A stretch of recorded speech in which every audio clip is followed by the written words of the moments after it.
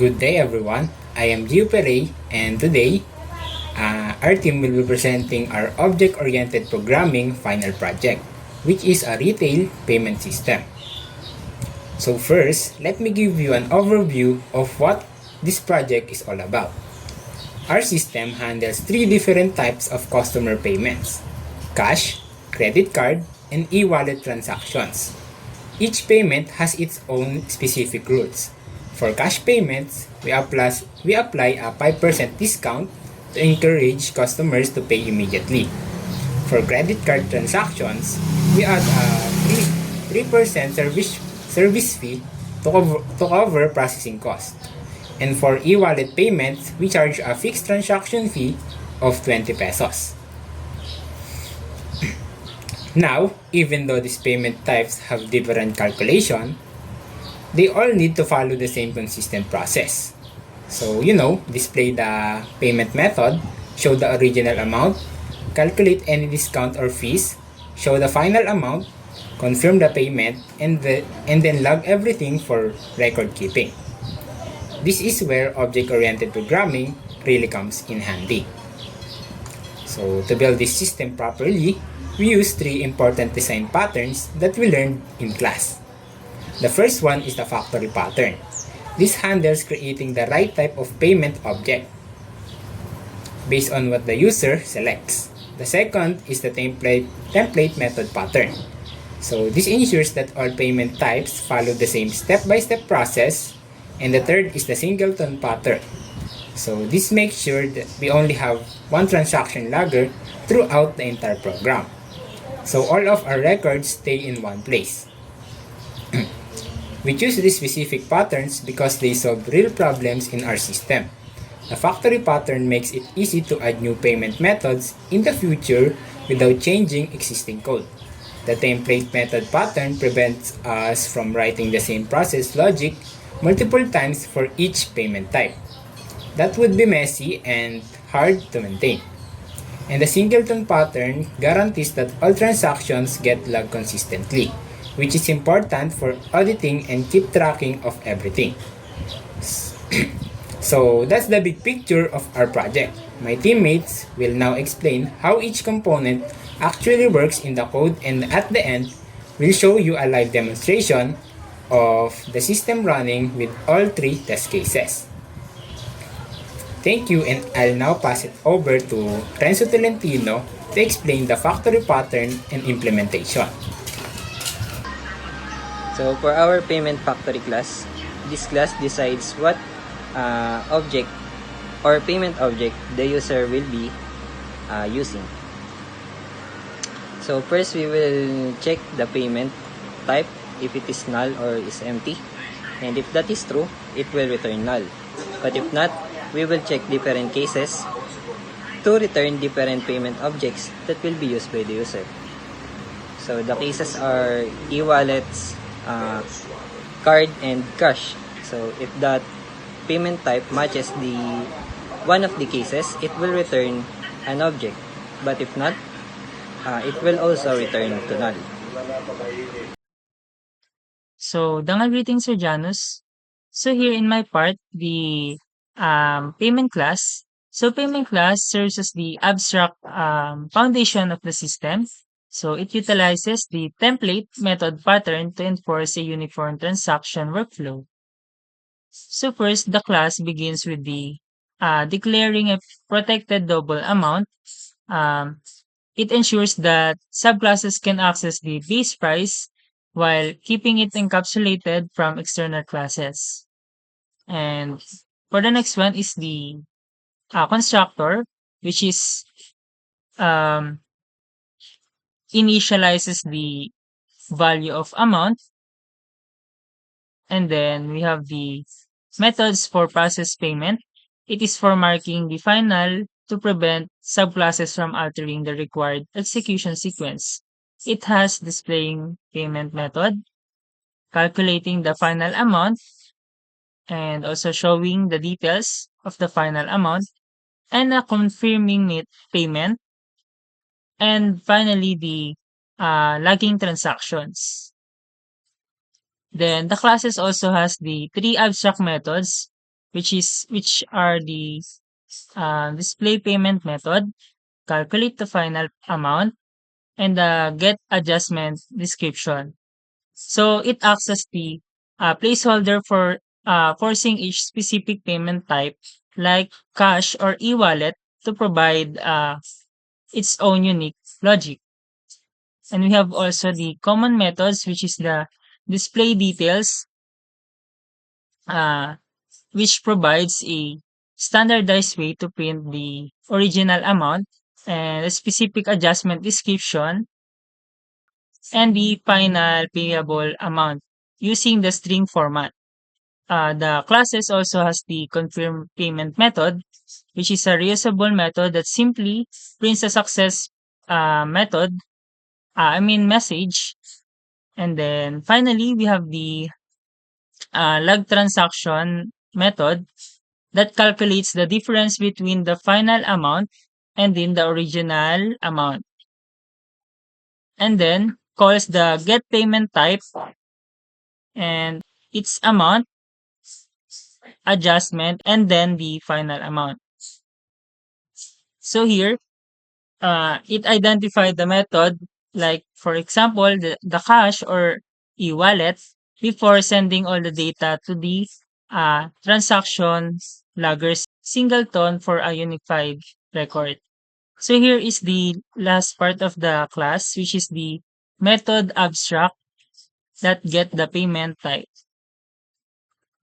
And that's all for my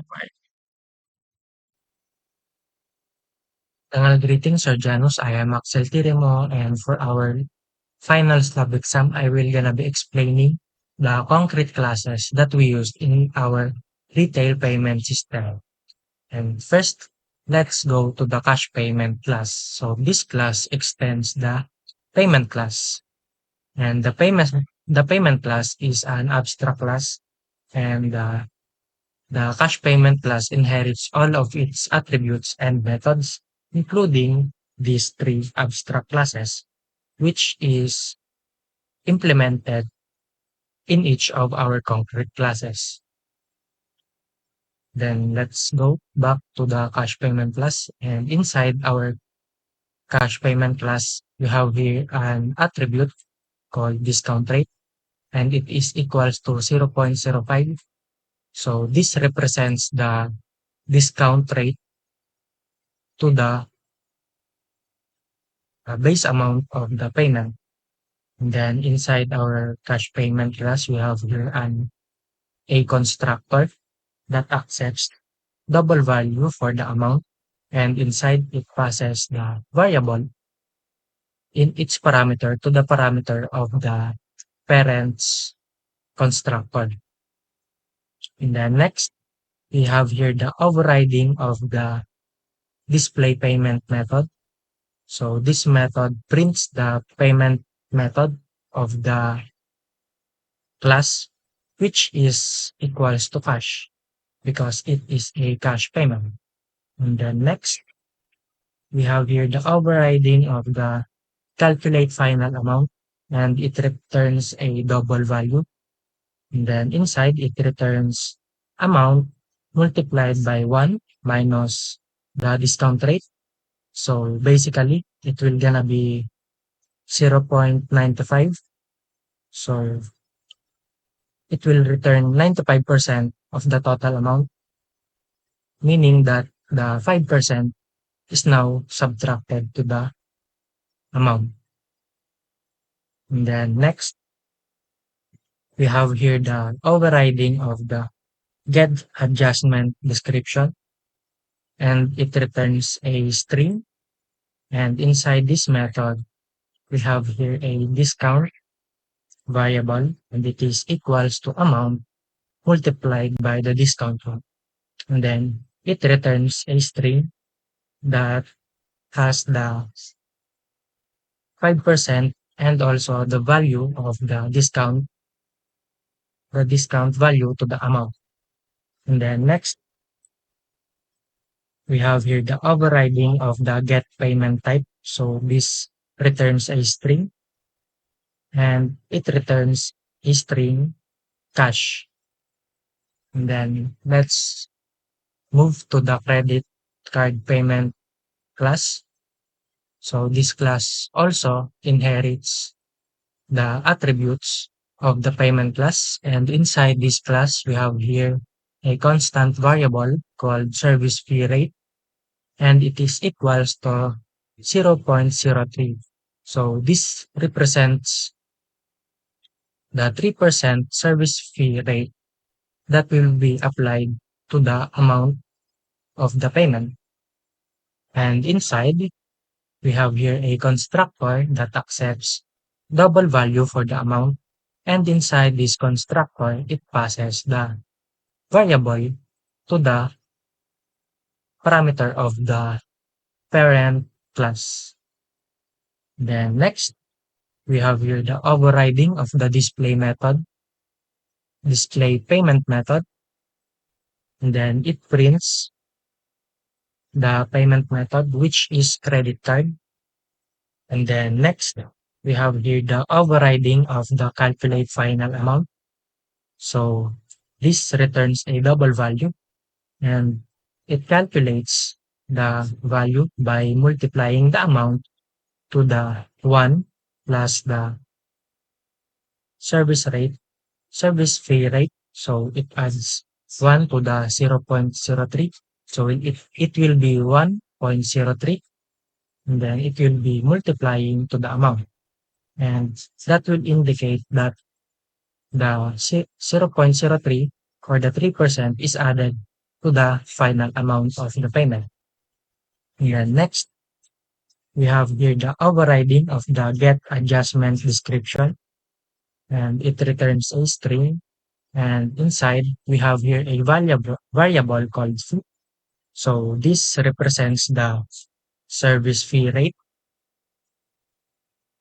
or the service fee amount that will be added based on the amount of the payment. So it is calculated by multiplying the amount to the service fee rate, and then it returns a string that have the percentage of the service fee and also the amount of the fee that is charged to the amount of the payment. And then lastly, we have here the overriding of the get payment type. So it returns a string, and inside it says the return value is the credit card. And then next, let's go to the e-wallet payment class. So this class also extends the payment class, and inside this class we have here a constant variable called transaction fee, and it is equals to 20. So this represents the 20 pesos transaction fee for all of the e-wallet payment transactions. And inside, it has a constructor that accepts double value for the amount. And like the others, it passes the variable inside its parameter to the parameter of the parent element. And then next, we have here the overriding of the display payment method. So this prints the payment method, which is e-wallet. And then next, we have the calculate final amount. So this returns a double value. And then it calculates the final amount by adding the amount to the transaction fee, which is the 20 pesos. And then next, we have here the overriding of the get adjustment description. And then it returns a string, and it has the value of the 20%, I mean the 20 pesos. And then next we have here the overriding of the get payment type, and it returns a string, and the string is e-wallet. And that's all for all of our concrete classes we used in our retail payment system.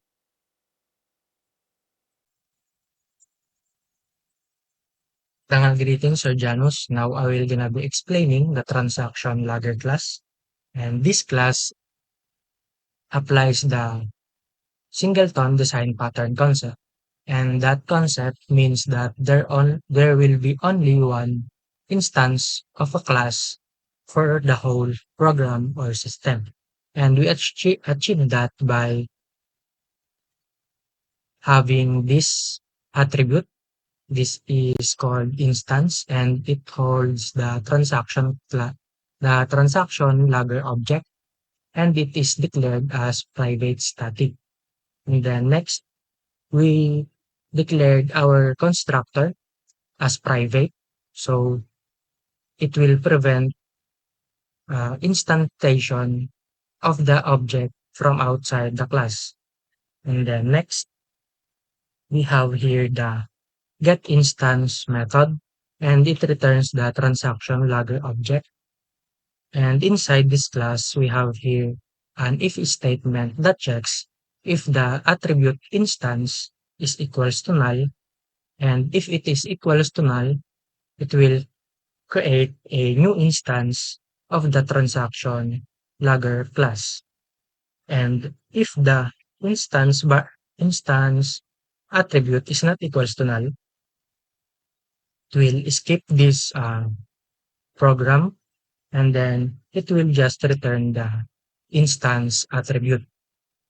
So this method allows us to get the instance of the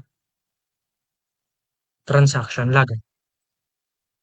And then next, we have here a variable called log, and it accepts string value for payment type, double value for original, double value for the adjustment, and double value for the final amount.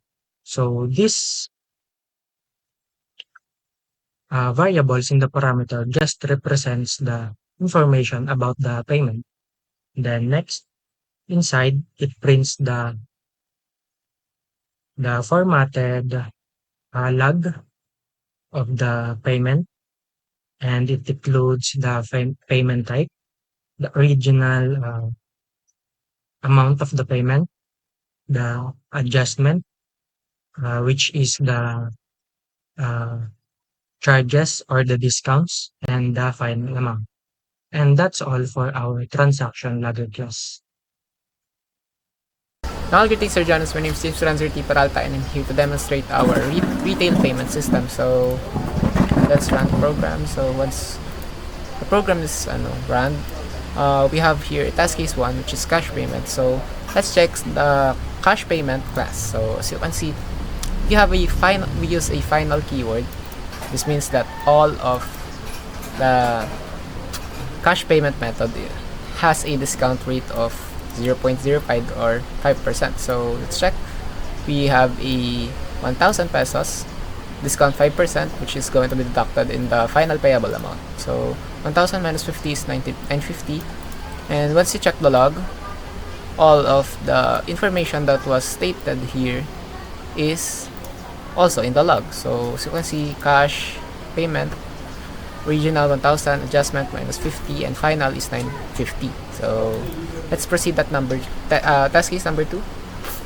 We have a credit card payment method, and based on the given scenario,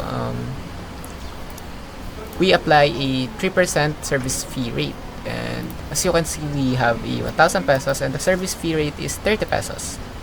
So the final payable amount is 1,030, and once you check the log, we have a payment method of credit card, original 1,000, and the adjustment of plus 30 pesos. We can also see the final payable amount, which is the 1,030 pesos. So, and we have the final test case, which is e-wallet. So once you see, as you can see, we have a payment method of e-wallet, and based on the given scenario, we will add a flat 20 pesos of service transaction fee. So let's check the e-wallet class. As you can see, we have a transaction fee of 10, which means that all of the transaction using e-wallet will add a 20 pesos. So as you can see, 1,000 plus 20 pesos will reflect in the final payable amount of 1,020. And once you check the log, we have the e-wallet payment method, original 1,000, and the adjustment of 20 pesos, and the final payable amount of 1,020. So, how does our system completes all the minimum requirements that were in the system? So, as you can see, we successfully added the 5% discount on the cash payment method and the service fee of 3% in credit card, and also the transaction fee in e-wallet. And that's all, Sir Janus. Thank you.